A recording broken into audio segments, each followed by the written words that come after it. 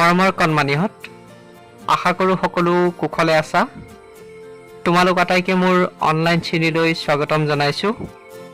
আজি তোমালোকলৈ পঞ্চম শ্ৰেণীৰ ইংৰাজী বিষয়ৰ এটি পয়েম লৈ আহিছোঁ।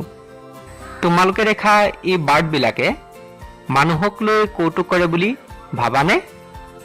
ৰবিন আৰু জে নামৰ দুটি বাৰ্ডে মানুহক লৈ কৌতুক কৰি কৰা কথোপকথনৰ এটি পয়েম তোমালোকৰ পাঠ্যপুথিত আছে। পয়েমটিৰ নাম বাৰ্ড টক। পয়েমটি চাওঁ আহাচোন। Bird talk by Eileen Fisher. Think, said the robin. Think, said the jay. Sitting in the garden, talking one day.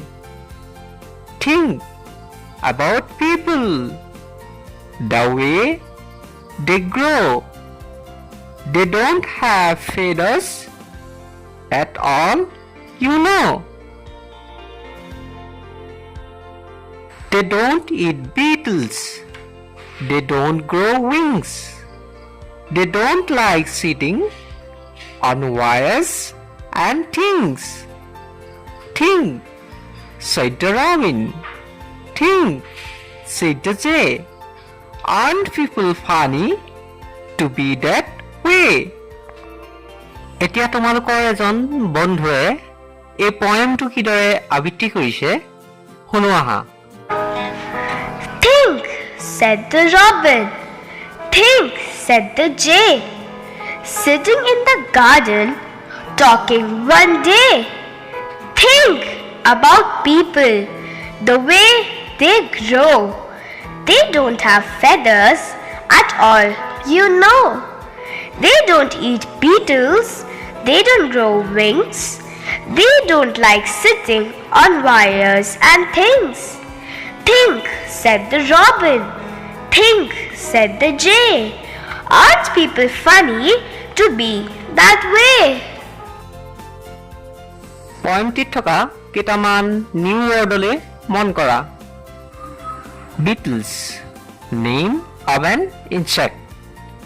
তোমালোকে চিত্ৰত দেখা এই ধৰণৰ পোকবিলাকক ইংৰাজীত বিটল বুলি কোৱা হয়।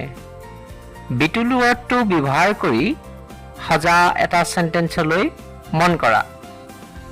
I saw a beetle on the floor.